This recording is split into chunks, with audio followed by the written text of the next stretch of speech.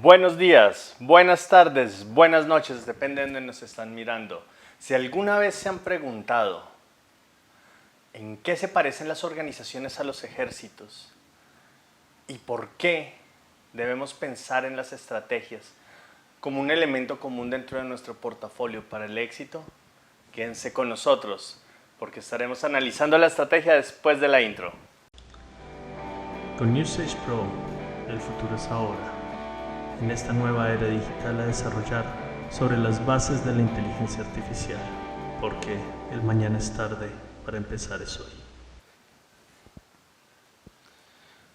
La estrategia organizacional es el plan o la ruta que vamos a tomar para poder llevar nuestros negocios de un punto A a un punto B.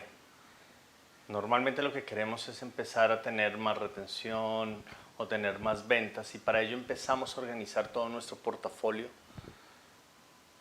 de una determinada manera para crear un ecosistema. Eso sería lo ideal. A veces solamente tenemos un producto. Entonces en esa estrategia tenemos que empezar a pensar qué es lo que queremos, cómo la vamos a segmentar para empezar a ir hacia los diferentes segmentos del mercado que nosotros queremos. Ahí es donde se vuelve un poquito importante las estrategias tipo océano azul o las estrategias tipo océano rojo. Dependerá de nuestro músculo financiero y de qué tan ancho o comoditizado sea nuestro producto. Cuando hablamos de una estrategia océano azul, estamos hablando de un producto innovador que va a un segmento de mercado muy bien definido, donde conocemos toda nuestra curva de valor y donde tenemos perfectamente claro el valor que les estamos entregando y a quiénes se los estamos entregando. Eso va a implicar estrategias que son segmentadas, muy bien enfocadas en nuestros públicos objetivos. También hay otras estrategias tipo océano rojo, que es cuando tenemos mercados saturados, compitiendo todos con todos. Normalmente lo que vemos en estas estrategias son empresas compitiendo por precio, pero también se vienen, por ejemplo, una estrategia que se maneja y que funciona muy bien es seguir al primero. No somos los innovadores, no vamos a generar, vamos simplemente a tratar de seguir al que es líder en este segmento. Voy a tratar de ofrecer un precio ligeramente más bajo y simplemente voy a quedar, si la cuota de mercado de mi líder es del 60%, yo voy a aspirar a quedarme con un 5% y con ese 5% voy a poder tener un mercado exitoso. Entonces acá, cuando hablamos de estrategia, se vuelve fundamental que no pensemos las cosas solamente dentro del marco de lo tradicional, no pensemos solamente en el marco de la innovación. Muchos hablan de innovar, pero pocos mencionan lo difícil que es y el músculo que requiere. Muchos innovadores se han quedado porque no han tenido el músculo para competir contra empresas más fuertes. Entonces, todas esas son las cosas que tenemos que tener en consideración al momento que queremos salir. No quiere decir que no innovemos, no me malentiendan. Quiere decir que si vamos a innovar tenemos que hacerlo con una estrategia bien organizada, con un entendimiento de nuestras barreras de entrada, de nuestros competidores, de las cadenas de sustitución, de nuestra competencia directa, de nuestros proveedores. Que eso lo iremos viendo mucho más adelante en este video. ¿Qué tenemos que tener en cuenta? Y acá vuelve a ser clave lo que ya hemos venido. Todos estos temas que hemos venido hablando de la visión, de la misión, de los objetivos estratégicos, cultura organizacional, todos estos elementos se vuelven claves a la hora de hablar de la estrategia porque en sí mismos son la estrategia, son lo que nos están diciendo para dónde vamos, cómo vamos a hacerlo y cuáles son los puntos que tenemos que cruzar en el camino para llegar a ese objetivo final. Entonces, si se dan cuenta, empieza todos los conceptos que hemos venido estudiando a lo largo de las últimas semanas a converger unos con otros en eso que llamamos la estrategia. Y ya acá esta estrategia ya es algo que está mucho más ligado con el go-to-market, es algo que está mucho más ligado con el cómo vamos a empezar a comunicarnos con nuestros clientes. Ya hablamos de acción. Acá estamos planeando toda la acción que queremos ejecutar y el cómo queremos ejecutarlas. Entonces, para esto normalmente, cuando estamos creando, en efecto ya tenemos nuestra misión, visión, objetivos estratégicos. Seguramente ya hemos pasado por nuestros análisis internos y externos. Puede ser el famoso cuadro FODA, donde estamos analizando nuestras fortalezas, nuestras debilidades, nuestras oportunidades y nuestras amenazas. Entonces, empieza ese juego, pero no solo cómo identificarlas, sino también vamos a empezar a hacer el análisis cruzado. ¿Cómo con mis fortalezas voy a mitigar mis debilidades, disminuir mis amenazas y aprovechar mis oportunidades? Y así con cada uno de los cuadros, ese análisis empiezo a hacerlo más grande y es lo que me empieza a entender hacia dónde tengo que apuntar, donde empiezan a aparecer los puntos claves, donde empiezan a aparecer segmentos del mercado, donde yo perfectamente puedo entrar a competir. Un ejemplo muy claro que tenemos sobre esto es cuando hablamos de los bancos y las cooperativas. Cuando hablamos de bancos en Latinoamérica, en Colombia específicamente, Bancolombia es un referente que tiene una gran cuota de mercado, que siempre va siendo líder. Pero si yo empiezo a irme, nos damos cuenta que aparece un segmento que son las cooperativas, que están por ahí cerquita, no son lo mismo, pero sí vienen a entrar al apoyo financiero. Este es solo un ejemplo de cuando empezamos a hacer nuestros análisis, empezamos a entender todas las variables del mercado, cómo empezamos a correlacionar y abrirnos espacios dentro de ese mercado. Entonces, cuando ya tengo ese análisis externo y externo, pues ya empiezo a poder establecer cuáles son mis objetivos, cuál es mi visión a largo plazo, qué es lo que quiero hacer, y eso me empieza a generar esos objetivos, como lo hemos venido diciendo, que no son otra cosa que milestone que yo tengo que ir cumpliendo a través del tiempo. Entonces, esto me permite entender si quiero, no sé, un objetivo, necesito aumentar la productividad y la cuota del mercado que quiero, listo. Entonces, esto va a ir acompañado de campañas de salir al mercado, de repente promociones, de repente voy a tener que hacer una inversión en estas campañas para poder empezar a llegar y a ser más conocido. Si lo que quiero es aumentar mi revenue, entonces probablemente voy a tener que empezar a traer la estrategia por otras investigaciones o mirar si el segmento es o no el apropiado al que yo le estoy apuntando. Acá un tema muy importante es que pilas cuando salimos y hacer los cambios de segmento es un tema muy delicado. A veces dentro de las ideas parece como buenas, pero es muy delicado. Si yo estoy apuntándole a un segmento de altos ingresos de hoy, pero mañana saco un producto que populariza mi producto y parece una buenísima idea porque voy a empezar a vender mucho más, pero después quiero volver al segmento de altos ingresos, probablemente ahí ya pierda. Entonces acá es cuando yo tengo que empezar a ver la reputación de la organización como un activo importante. ¿Cuál es el valor de mi marca? Entonces, pilas ahí porque tenemos que tener mucho cuidado a través del tiempo, dónde queremos estar y ser muy cuidadosos con esas definiciones y ser muy coherentes a través del tiempo.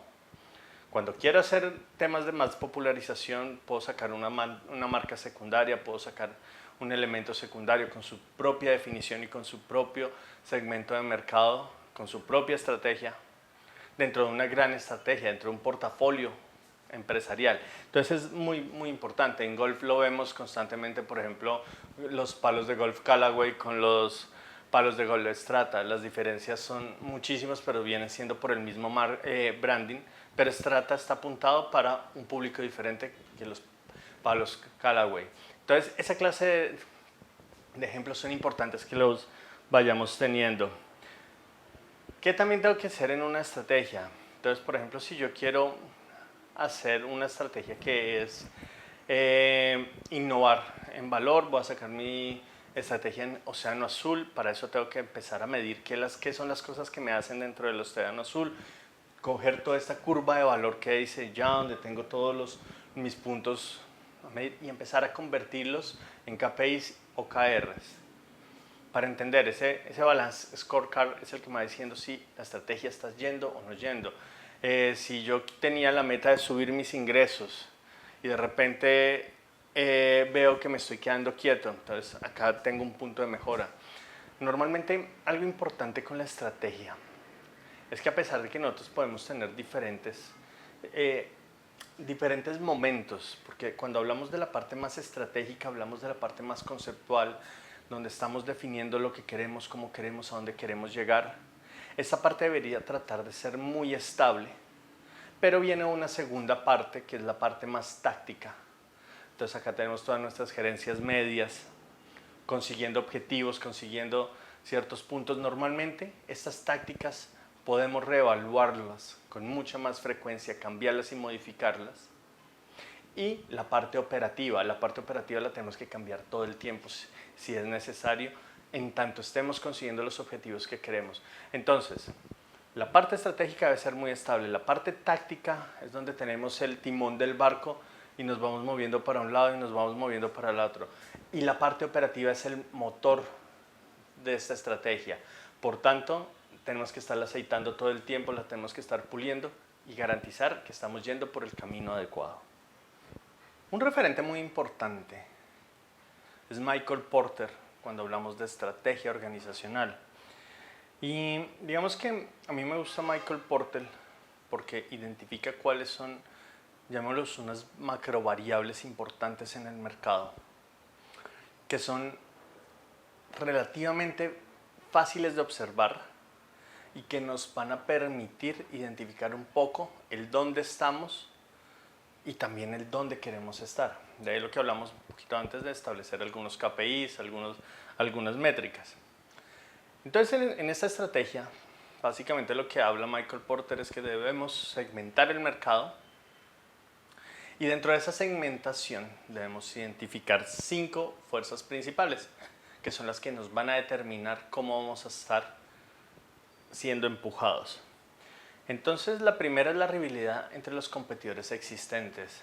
Acá tratamos de entender si estamos en un océano azul, en un océano rojo, tratamos de entender si hay muchos competidores existentes, si hay muchos competidores en el segmento, si hay mucha gente vendiendo, cómo está la competencia. Por ejemplo, uno típico, si estamos en un segmento de negocio donde los productos son altamente comoditizados y a lo que están apuntando la mayoría de las empresas es a reducir el costo, a canibalizar el costo de los productos, entonces tenemos que preguntarnos si sí estamos listos para salir, si tenemos el músculo financiero que implica ir por debajo de esos costos. Recuerden que muchas veces las empresas con mucho poder financiero, y no digo que esté bien porque no está bien, va en contra del libre mercado, pero muchas veces se van a pérdida en sus productos para sacar competidores que no son muy fuertes, disminuir las ventas de nuevos competidores que no son muy fuertes, y cuando obtienen una posición privilegiada entonces aumentan artificialmente los precios para poder recuperar la posición y entran en una posición más privilegiada, casi posiciones monopólicas. Entonces, primero bajan artificialmente los costos para poder vender muy barato, sacar del mercado y después llegar. Hay otras empresas que lo que hacen, por ejemplo, en esto, es que tienen un producto muy barato que apunta a las masas, otro producto muy caro que produce los intermedios y normalmente procuran que el resto de la competencia está en los puntos intermedios y después empiezan a cerrar esa pinza desde arriba y desde abajo, sacando a muchos competidores. Entonces, pilas en esto porque entender cómo es la rentabilidad, cómo funciona esa dinámica, a qué le están apuntando los competidores existentes, es una fuerza importante y puede determinarse como una fortaleza o como una amenaza, en muchos casos como los dos. El segundo punto ya tiene que ver un poquito más con nuestra cadena de valor, lo discutiremos en otros videos, y tiene que ver con el poder de negociación de los proveedores. Entonces, ¿cuántos proveedores tengo? Hay muchos importadores de una determinada materia prima, hay pocos. ¿Qué pasa si ellos por alguna razón no me quieren vender o me elevan los precios? Todas estas cosas son elementos que me pueden sacar del mercado en un momento determinado y que yo necesito comprender rápidamente para poder salir al paso. Normalmente yo busco que mis proveedores no sea solo uno, no sea monopolio, sean tantos como sean posibles, pero no siempre es posible. Entonces ahí ya tengo que empezar a pensar cómo voy a garantizar en lo largo de mi operación eso, por ejemplo, la compra de futuros o la investigación en nuevos materiales, esa clase de estrategia. Por este otro lado tenemos que ver el poder de negociación de nuestros clientes. Son muchos clientes, son pocos clientes. Por ejemplo, cuando empresas que se dedican casi al 100% a venderle al gobierno, eso quiere decir que el gobierno en un momento determinado tiene una capacidad de negociación muy fuerte al determinar si compra o no compra, porque ese gobierno tiene varios posibles proveedores, mientras que nosotros tenemos pocos clientes posibles. En ese caso, normalmente nosotros querríamos tener un portafolio un poco más expandido, no tener todos los huevos en la misma canasta y no dejar que ninguno de nuestros clientes sobrepase la cuota que nos pueda llevar a la bancarrota en un momento determinado. Asimismo, si llega a suceder, buscar cómo salvaguardarlo es importante. De ahí que necesitamos entender esa dinámica. Necesitamos entender qué tan difícil es conseguir nuevos clientes o si estamos en un mercado oligopólico o alguna clase de situación que nos vaya a impedir llegar o tener una mayor penetración. Eso se vuelve muy importante cuando tenemos medidas de regulación, por ejemplo, en venta de armamentos o equipos militares. Suele tener muchas problemáticas hacia eso porque no te puedes abrir a otros clientes. Es un mercado muy específico y no siempre tenemos el control de cómo funciona ese mercado. Entonces, ahí es importante pensar en términos del portafolio. Tenemos también que pensar en cuáles son nuestros productos de amenaza directa o nuestros sustitutivos perfectos, cadenas de sustitución. ¿Qué quiero decir con eso? No sé, pensemos en un producto como un celular. Un celular es un producto que es fácilmente reemplazable. Si yo compro un iPhone o compro un Galaxy S21, son prácticamente la misma cosa. Pues si no tengo tanta plata, me puedo hacer un celular de una gama media donde voy a tener el 80% de las cosas que me proveen los anteriores y va a funcionar bastante bien. Entonces eso es lo que se llama un producto comoditizado. Lo puedo cambiar por muchos lados. Entonces yo siempre tengo que preguntarme qué tan diferente es el valor que yo le agrego a un producto respecto al valor que mi competencia está generando en otros productos. Pero no nos podemos limitar solamente a pensar en productos similares, sino a veces también tengo que pensar en cadenas de sustitución. Cuando la compra de varios productos pueden generar el mismo resultado. Entonces, ahí es cuando yo quiero, no sé, imagínense que tiene 3 tarjetas de crédito y quiere ir a comprar un carro. Usted o puede sacar un crédito de libre inversión por 100 millones de pesos, o si tiene de 4 tarjetas de cupo de 25 millones, los puede utilizar. Ahí tiene una cadena de sustitución. Y entonces es empezar a ofrecer, a mirar dónde beneficia más. Porque puede que en un momento dado, con la compra de 6 compras de cartera, termine siendo mucho mejor el uso de las tarjetas que el crédito. ¿O no? Esa es la clase de análisis que tenemos que hacer con respecto a la competencia que tiene. Y esto va a marcar mucho la dinámica del mercado. Entonces, recuerden, siempre nuestros clientes van a querer el mejor producto posible al menor precio. Cuando yo logro entender estas 5 fuerzas del mercado, yo comprendo la dinámica del mercado donde voy a estar y defino la estrategia que quiero hacer para conseguir los KPIs que me he propuesto, que van a marcar que voy llegando hacia mis objetivos, que me van llevando a la culminación de mi visión desde el marco que me imaginé cuando creé la visión. Entonces, para alcanzar el éxito en un entorno empresarial cada vez más dinámico, es fundamental contar con una estrategia organizacional clara, analizar constantemente el entorno y entender las fuerzas competitivas que influyen en tu negocio. Y bueno, señores, recuerden, por favor, si no se han suscrito aún y les gusta el contenido que estamos haciendo, por favor suscríbanse, es muy valioso para nosotros. Denle a la campanita, estamos publicando constantemente contenido. La idea es que podamos construir este canal juntos. Así que apreciaría mucho comentarios, preguntas, temas, si quieren que vayamos tratándolos. Y ante todo, recuerden que el éxito se apalanca en una muy buena estrategia.